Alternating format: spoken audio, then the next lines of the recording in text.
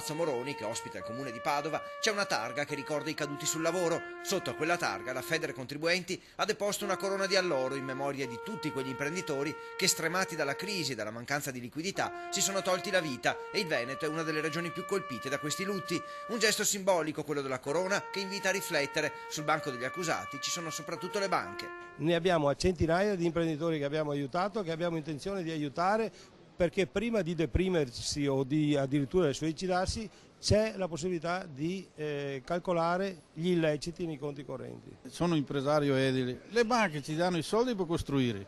Io ho costruito circa 30 appartamenti, no? Mi prestano i soldi per costruire, no? Adesso che gli appartamenti sono pronti per vendere, non danno più i soldi a quelli che devono comprarli. C'è però anche chi invita a non perdere la speranza. Questo imprenditore ha fatto caso a una decina di istituti di credito e sta ottenendo il diritto ad essere risarcito. Mi sono accorto che i tassi che pagavo non erano certamente quello che la banca dichiarava, ma molto superiore. La prima sentenza mi ha dato esito favorevole, mi ha dato ragione, una banca mi chiedeva 39.000 euro, ho dovuto pagarmene 90. L'associazione chiede anche l'istituzione di una commissione d'inchiesta per accertare eventuali responsabilità nei suicidi. Noi chiediamo una commissione d'inchiesta per verificare a cosa sono dovuti tutti questi suicidi di imprenditori.